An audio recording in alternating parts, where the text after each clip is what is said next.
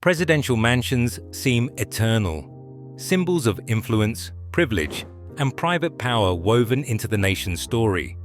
But behind historic gates and manicured lawns, entire wings sit locked and untouched. Once vital halls echo with silence, and homes tied to American presidents are now sealed off from the world. These are not the museums and monuments you are meant to visit. They are the vanished private residences you probably thought were still alive, preserved, or in use.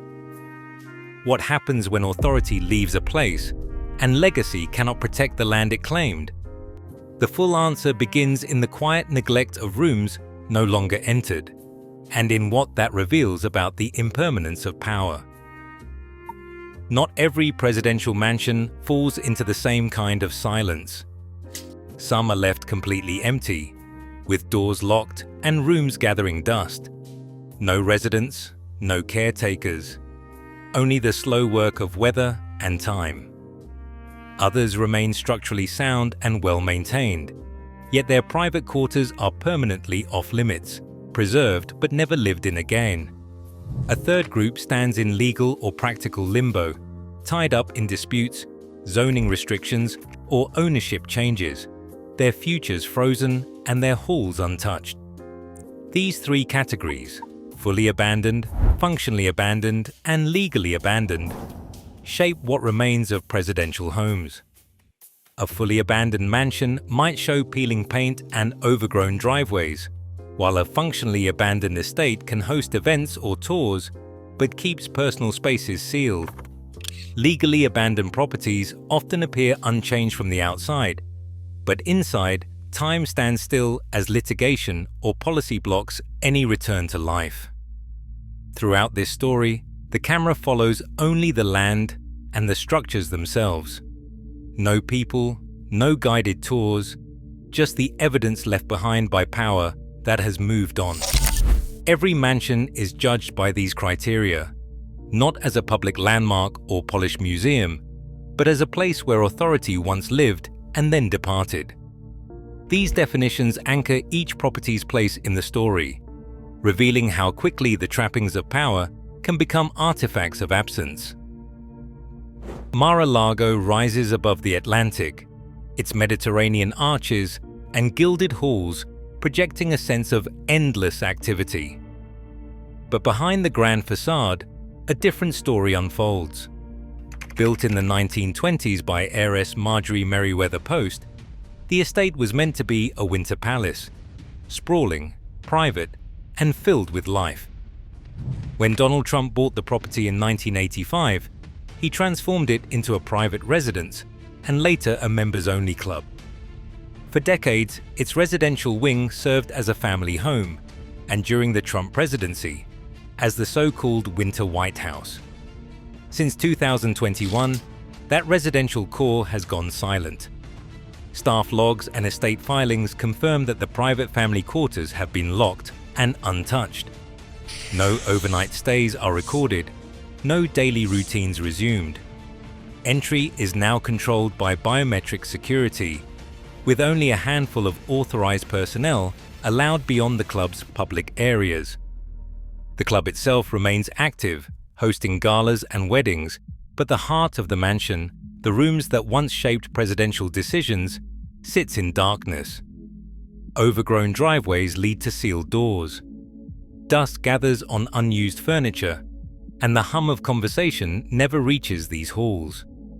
Membership at Mar-a-Lago grants access to ballrooms, pools, and dining rooms, but not to the private residence.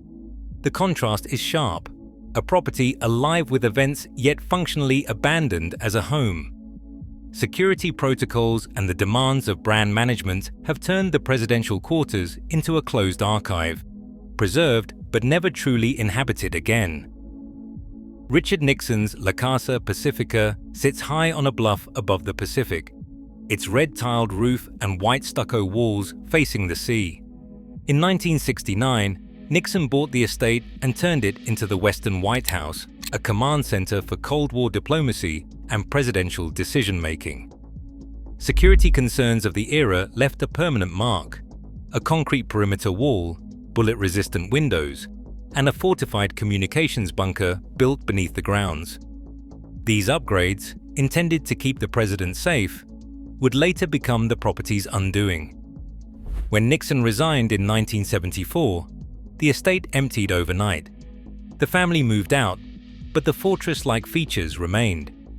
Over the next decades, the property changed hands, but the Cold War infrastructure proved almost impossible to remove. Developers and buyers walked away when faced with a $10 million demolition estimate for the bunker alone. Easement disputes and restrictive covenants added further complications, freezing the estate in legal limbo. Between 2019 and 2023, 3 major escrow deals collapsed as engineers and lawyers debated the cost and the risk of restoring the land to a residential state. Today, La Casa Pacifica stands vacant, its gardens overgrown and its private drive chained shut. The security wall and sealed bunker, once symbols of presidential power, have become a costly burden. No family has lived here in years. The halls that once echoed with world-altering decisions are locked and silent, trapped by the very protections that were meant to secure them. Legal and financial inertia have finished what history began, leaving the Western White House as a monument to power's impermanence. Rancho del Cielo sits high in the Santa Ynez Mountains, its wooden fences and rough trails shaped by decades of ranch life and presidential retreat. In the summer of 2007, the Zaca fire swept through these hills, burning over 240,000 acres and scorching nearly 40% of the ranch's brush and outbuildings. Firefighter logs from that season record the damage: blackened trees, collapsed barns, and roads cut off by fallen debris. The main cabin survived, but the sense of isolation deepened. After the fire, the land grew quieter. Overgrown paths replaced riding trails, and the barns remained empty, their doors hanging open to the wind. When the property was donated in 1998, the deed set strict conditions. Overnight stays were no longer allowed, and most of the ranch would remain closed except for limited guided visits. The combination of environmental damage and legal restrictions turned Rancho del Cielo into a preserved shell. Once a stage for diplomacy and horseback rides, the ranch is now a silent outpost, where the echoes of presidential presence fade into the charred landscape. Rapidan Camp sits deep in the Blue Ridge, more than 1,000 feet above the nearest road and far from any town. In 1933, a flood swept through the valley, washing out the only footbridge that allowed simple access to the cabins. The river cut the camp off, leaving the site reachable only by a steep, winding hike through dense forest. Even today, reaching the camp means climbing over 1,200 feet on foot, with no vehicles allowed past the park boundary. The terrain itself enforces the silence here. Trails that once carried presidential guests now vanish into undergrowth. The cabins, battered by storms and heavy winter snows, stand empty and exposed to the elements. The loss of the bridge did more than block a path. It made regular visits impossible, turning Rapidan from a seasonal retreat into a place few ever see. Geography, not just history, has left these presidential rooms abandoned. Inside the Johnson Ranch, preservation took the form of deliberate stillness. After Lyndon B. Johnson's death in 1973, his family made the decision to seal off entire rooms rather than allow them to fade through daily use or careless handling. A detailed inventory from 1973 lists 2,332 items: furniture, books, personal effects, each catalogued and left exactly where it stood. The dining room, once a stage for policy debates and family gatherings, was locked and climate-controlled, held steady at 75 degrees Fahrenheit. No sunlight bleaches the carpets, no footsteps disturb the dust. The National Park Service maintains the grounds, but the interiors remain off-limits, frozen in time by choice rather than neglect. This is not the decay of abandonment, but the pause of intentional preservation. A home held in suspension, its private life shielded from both the elements and the public. The result is a power center transformed into a silent archive, where legacy is measured by what remains untouched. Beyond the famous portico of Mount Vernon, a network of outbuildings once formed the backbone of George Washington's estate. These were not just barns or storage sheds, but a residential ecosystem composed of slave quarters, overseers' rooms, and workhouses, each built for daily life and labor. After 1858, preservation efforts drew a clear line. The main house would be restored and open to visitors, while most outbuildings were quietly locked and left unused. A structural survey in 1995 recorded padlocks on nearly every secondary building, their interiors untouched for decades. Today, a 30-foot buffer keeps visitors on a gravel path, close enough to see weathered brick and shuttered doors, but never to enter. Inside, furniture sits beneath dust sheets, and sunlight falls through cracked glass onto empty floors.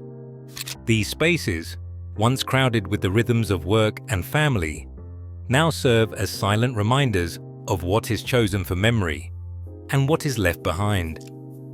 The estate's story is told through the main mansion, but the abandoned outbuildings reveal a hierarchy of preservation, one that repeats itself at presidential homes across the country. Behind the stately columns of the Hermitage, the estate's hierarchy is quietly enforced. While the main mansion welcomes visitors and tour groups, the secondary living quarters, once set aside for guests and extended family, remain sealed and silent. Rusted latches hold old shutters in place, and the doors have not opened for years. These rooms, once filled with conversation and the routines of daily life, are now omitted from tour maps and marked by discreet signage. The absence is deliberate. Preservation efforts have concentrated on the grand house, leaving these annexes locked, their interiors untouched since the 19th century. After Andrew Jackson's death in 1845, the estate's focus shifted. The guest wing, stripped of its original purpose, was left to the margins, a static shell in the shadow of the main residence. No restoration campaign reached these quarters. Instead, they stand as evidence of how, even within a presidential estate, some spaces are quietly left behind, considered less worthy of memory or care. Val-Kill sits quietly on the edge of Hyde Park, shaped as much by its silences as by its history. For much of the year, access is carefully rationed. No more than 15 visitors are allowed inside at once.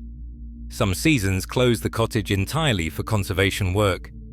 These scheduled closures create stretches when the rooms stand empty, the paths outside growing soft with moss and fallen leaves. Even during open periods, parts of the cottage remain off-limits.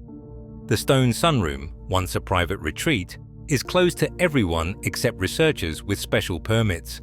In 2018, the boardwalk leading to the pond was removed, erasing one of the last traces of daily movement around the property. Each restriction adds to a sense of programmed quiet, turning Val-Kill into a place where preservation policies enforce absence as surely as decay. The result is a site maintained for memory. Functionally, it is vacant, its private spaces preserved by silence, not by use. Wheatland stands on the edge of Lancaster, Pennsylvania. Its rooms are locked in a silence that began in 1868 and has never been broken. When James Buchanan died, the property passed into a trust with a single unyielding clause. No one would ever live here again. The deed forbids private leases and residential use, preserving Wheatland as a memory, not a home. Ballrooms that once held political gatherings now remain untouched. The original wooden floor in the main hall still bears the heel marks of 19th century visitors. Never sanded, never refinished, left as evidence of a vanished era. Unlike homes that crumbled or were lost to time, Wheatland is frozen by legal language. The Trust's restrictions have turned every bedroom and parlor into a permanent exhibit, not by curatorial choice, but by mandate. The house is maintained, but no footsteps cross its thresholds for anything resembling daily life. In Wheatland, the law itself enforces the quiet, and the promise of preservation becomes a kind of abandonment. Shadow Lawn, once a presidential retreat, now stands as a monument to institutional repurposing.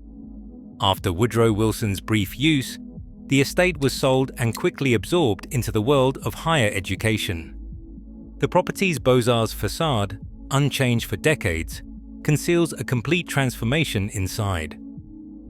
Original living spaces, bedrooms, parlors, and private corridors were stripped of their residential character. By the mid-1950s, a new classroom block replaced what had once been the servants' wing and erased the last traces of domestic life. The grand entrance now leads to office corridors and administrative suites, partitioned by drop ceilings and fluorescent lights. Security protocols restrict photography in most areas, limiting public documentation of the interior's evolution. The only reminders of its presidential past are found in archival records and the symmetry of the exterior. Shadow Lawn's story is not one of gradual decline, but of total overwrite, where the needs of an institution erased the footprint of a president, and the home itself became a shell for new purposes. Poplar Forest stands apart from the others, not as a decaying ruin, but as a restored shell, carefully rebuilt, yet never returned to life. Thomas Jefferson completed this retreat in 1812, designing it as a private escape from Monticello. The house's central oculus once flooded the main room with light, a feature Jefferson called his essay in architecture. After his death in 1826, Poplar Forest slipped into cycles of neglect and partial repair. By the late 20th century, the structure was little more than a memory, its roofline guessed at from fragments and letters. In 1986, archaeologists began excavating the grounds, uncovering foundations and clues that would guide the restoration. Today, the house is open only from April to December, locked and silent through the winter months. No one has lived here since the early 1800s. Each spring, the doors open to show a space preserved for study, not for living. Poplar Forest remains a philosophical retreat, a monument to ideas not habitation, its silence deepening with every season it stands empty. Today, presidential mansions stand shuttered, absent of ceremony, stripped of relevance. Their silence is not just history, it is a reminder that legacy fades faster than stone endures. As new leaders rise, even the grandest halls can slip into obscurity. In a nation built on change, no home, however powerful, escapes time. What remains is not the authority once held, but the emptiness left behind. Share your thoughts below.